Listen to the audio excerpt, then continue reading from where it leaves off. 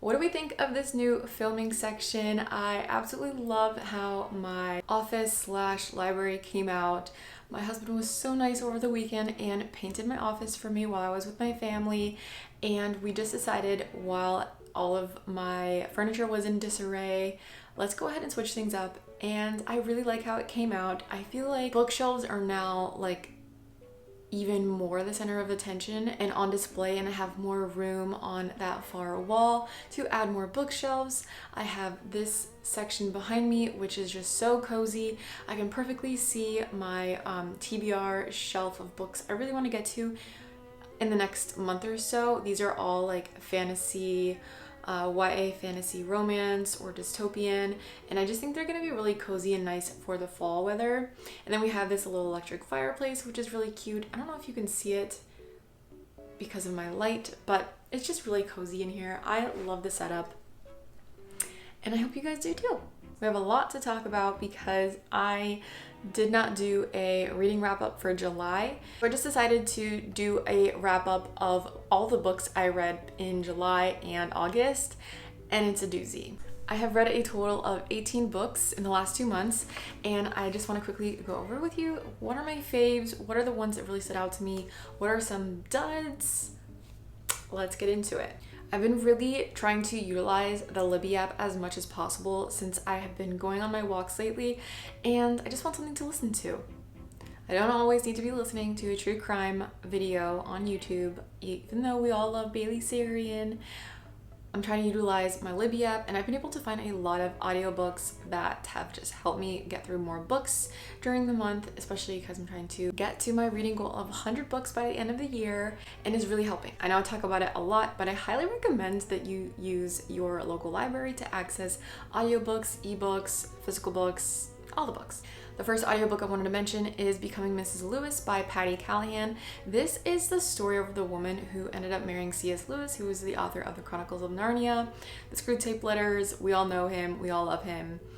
And this is the story of how he met his wife. It's told in her perspective, and it goes through her life as she's married in her first marriage, her life in America, and how she becomes involved with C.S. Lewis, who she refers to as Jack. He goes by Jack. The audiobook was very well narrated. It was emotional, and you could really tell that the narrator did a good job expressing the emotions of our main character and what she was going through.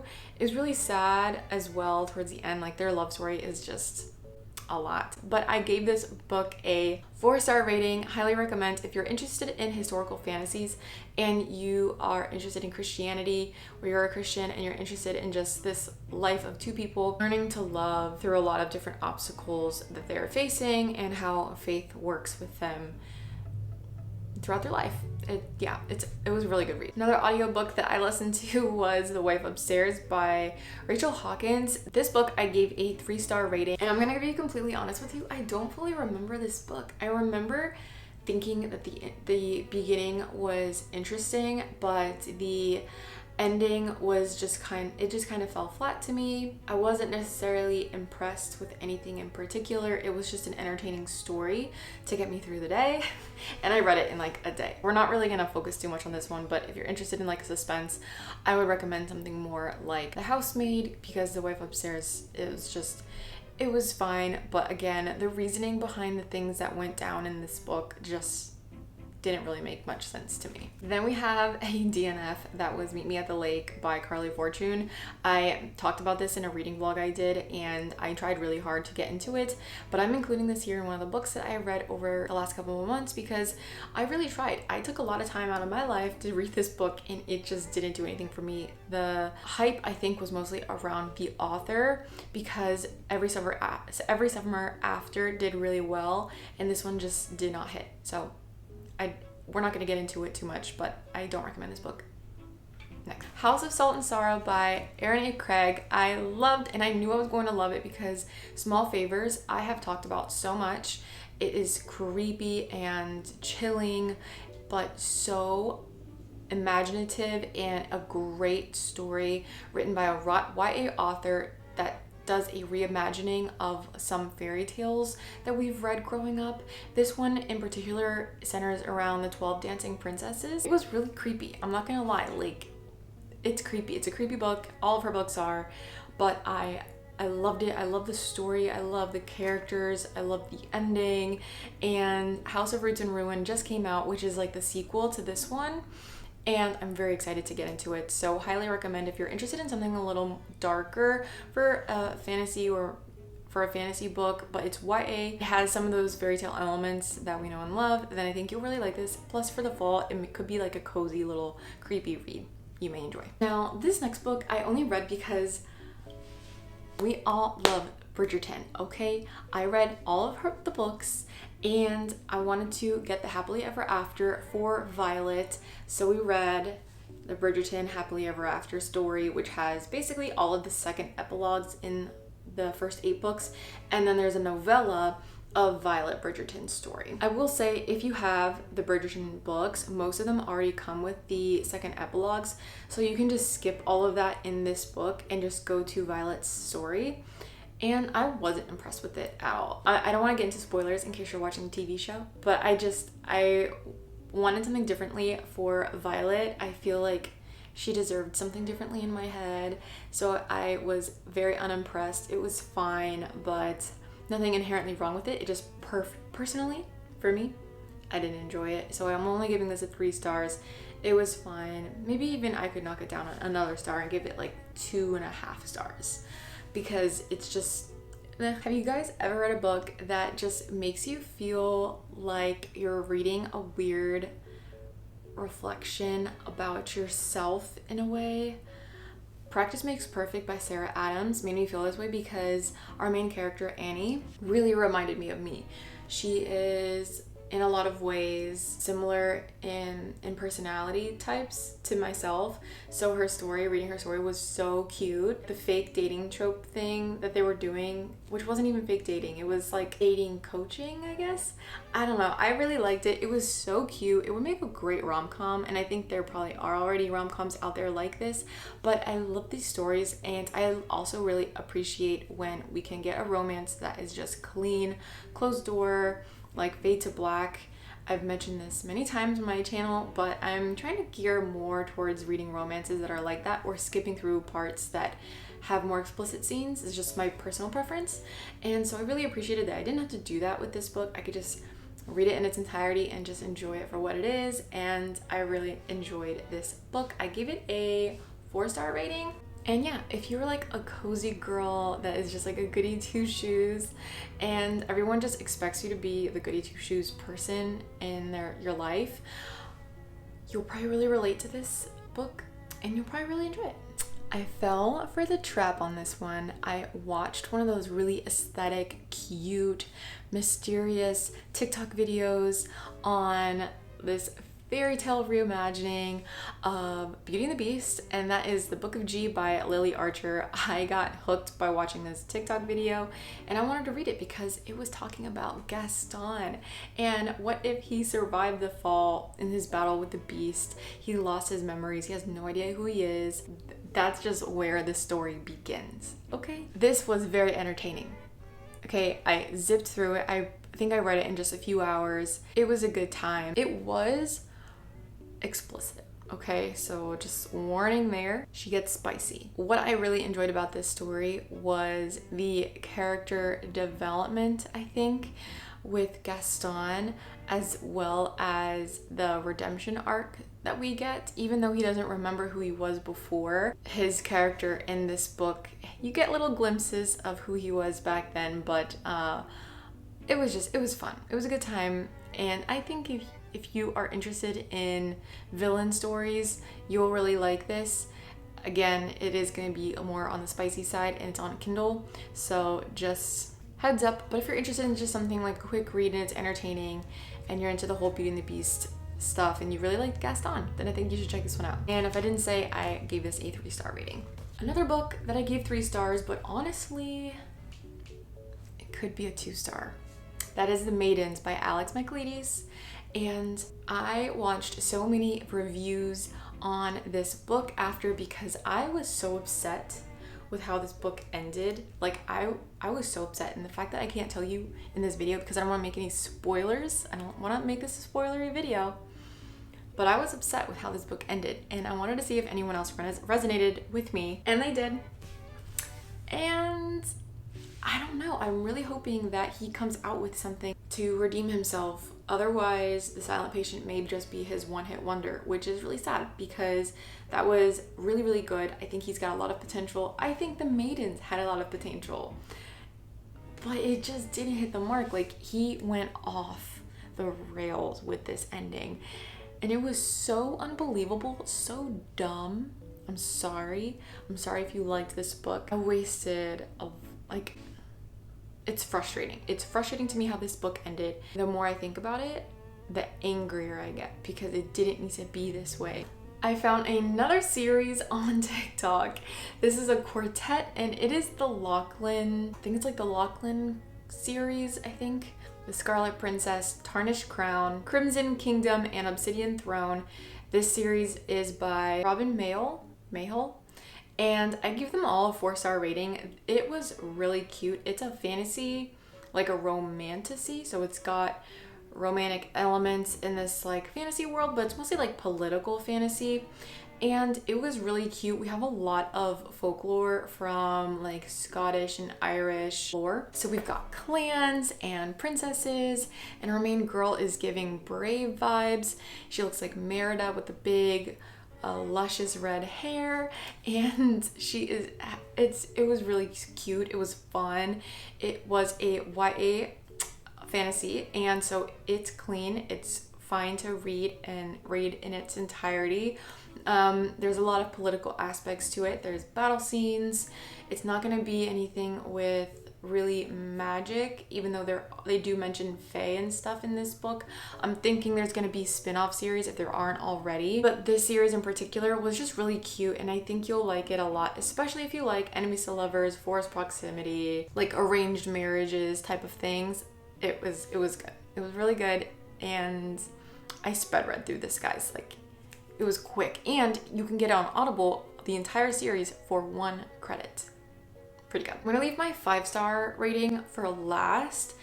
So we're gonna go through 2 more audiobooks that I read. One is Defy the Night, and second is Defend the Dawn. Both are in a series by Brigid Kemmerer. This is I want to say it's like a Robin Hood reimagining, because honestly book 1 definitely gives off those vibes. We have these 2 outlaws in this world where people are getting sick from, we don't know what it is, but the only cure is this moonflower, and it's a hot commodity and rare. And so people are stealing it. We have our main girl and her like sidekick guy. They are stealing the moonflowers from the rich, and then they go and distribute them to the poor. What does that remind you of? In all honesty, book 1 was really cute. I feel like book 2 just went downhill for me. I kind of just lost interest, honestly. It's just a regular YA book. There's nothing really wowed me. The writing was fine. I didn't love all of the characters. It's probably why it just turned me away from this book series. I think the 3rd book is already out or is going to be out soon. I don't know if I'm going to finish the series. It just wasn't interesting to me. So I gave this series both a 3-star rating, book 1 and book 2. If you're interested in like Robin Hood or YA fantasy, it's fine. There is a twist in book 2 that was kind of fun at the end. But again, I'm not necessarily interested to follow through with it and see how this series ends. So let me know what your thoughts are on this series. If you've read it, what do you agree or not? Or am I just alone in this and I'm weird? Another book that I don't think I'm going to finish the series of, but this book wasn't necessarily bad, was Renegades by Marissa Meyer. I saw Sarah Caroley mention this in one of her reading vlogs, and it looked kind of weird to me. But I decided to go ahead and give it a shot because it was available on Libby, and I was right. I did not really like this book. I read it because I wanted to finish through, and I wanted to give you a full thought out review on this because it's technically dystopian, and I really like dystopian books. So this is a YA dystopian story of a world where our government has kind of gone amok, and these people with supernatural abilities have come out of the destruction of our world, and they have abilities, and they've been able to kind of form their own like allegiance, basically superheroes. A lot of gang members that are like just being villainous people and ruining the city until these superheroes come and do their thing. Our main character has had something really traumatic happen in the beginning of the story, and she blames the heroes for not coming to her rescue. So even though she has powers, she's not joining them, she's joining the villains, and we get her perspective as a villain. And that's essentially what the story's about. Where this story just really didn't do it for me was the writing. And it could be because of the narration. I beg and plead, if you choose to read this book, do not listen to the audiobook, because you will shut it off, put it away in a dark corner, and never want to listen to it again. Because I don't want to be mean, but it just was not good. Really bad, terrible, juvenile narration. Could be good for maybe a 10, 11, 12-year-old. As a 20-year-old lady, it just was very cringy, and I could not enjoy it. I couldn't enjoy it to save my life. But I read through it for you, and I'm here to say that if you choose to read this, just get the physical copy. Don't listen to it. It has potential to be an interesting series. I've read better. I've enjoyed a lot more YA dystopians, and I'm going to continue searching for more, but I don't think this is going to be one I want to continue on with. So let me know in the comments if you have read the rest of the series. I think it's Supernova and something else. And if you agree with anything I'm saying, but if you don't, just take my word for it. I'm here to help you. Then I decided to finally read Crimson River by Devney Perry. This is the latest book in the Eden series on Kindle, and I didn't think I was going to like it. I heard before it was released that it was going to be like the steamiest out of all of these books, and I already thought that the one before this one was already kind of like borderline too spicy for my personal preference. I really liked the beginning books in this series, and I just kind of lost interest as we've gone down the road. And I was right. This one was just insta-lusty. Very unrealistic storyline. I didn't really enjoy anything with this story other than the mystery aspect, but the romance, as far as the romance go, I didn't like it. The timeline for this story is really short, and within just a few weeks, it's like they can't live without each other. Like the world will fall apart and they can never be happy again, but they have to, why? Why is that a thing? I don't necessarily believe that can be a thing. So when I'm reading about it, I'm like, come on, girl. You're okay. But I'm hoping that the last book in this series will be a good one. Ending off on a better note, we read One True Loves by Taylor Jenkins Reid, and this is another audiobook I listened to. I just finished it, so I have a fresher memory of my thoughts on this book. I gave it a 4-star rating. The only reason why I didn't give it 5 stars was because I was just kind of bummed personally, because I wanted the ending to be a little bit different than it was, and it's only because it's my personal preference. And honestly, how can there really be a happy ending when you're in a predicament like this? Essentially, we have a girl who has married her high school sweetheart. They are so incandescently, irrevocably in love, and on their 1-year anniversary, he gets in a helicopter crash and disappears into the Pacific. And then years later, she has finally been able to meet someone else and get engaged, and then she gets a phone call one day, and it is her long lost, presumably dead husband, and he's alive. So tell me how you think that's gonna end. It was sad. I had a lump in my throat. I was very stressed listening to this book, but it was really good. Taylor Jenkins Reid really knows how to write heartbreaking novels. Honestly, they're good. Like, they're good stories. So I recommend this. If you are a widow, probably not. If you can handle the emotional turmoil this book will put you through, maybe.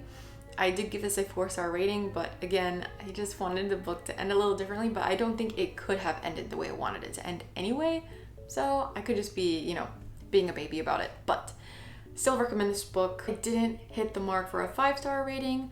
Unlike this next book, I was blown away by how the story ended and the progression, the character development, the emotions I felt throughout the book, and where we left off with the ending and where we're going to hopefully pick up in book 2 that releases this year, and that is Divine Rivals by Rebecca Ross. I have a full reading vlog on this book and I will have it linked down below. I was so happy with this book, and it really saved my reading months because up until then I hadn't found a 5-star read in a long while, and this one was really, really good. So sweet. It's a YA fantasy. It didn't really seem like it was in a fantasy world. Really, we only got little tidbits of magic, and the magic system was not really touched on too much, other than the fact that we're in a world ruled by gods and they're at war with one another, which is why we have the humans at war and they're being sent off to war. So our main girl, Iris, is a journalist. I'm sure you've seen this all over YouTube and TikTok. When you get a book with when our main character is a writer, I feel like it just makes the writing so much more beautiful and lyrical. Her relationship with her academic rival at the Gazette that she works at, and then also the person that she's writing via typewriter.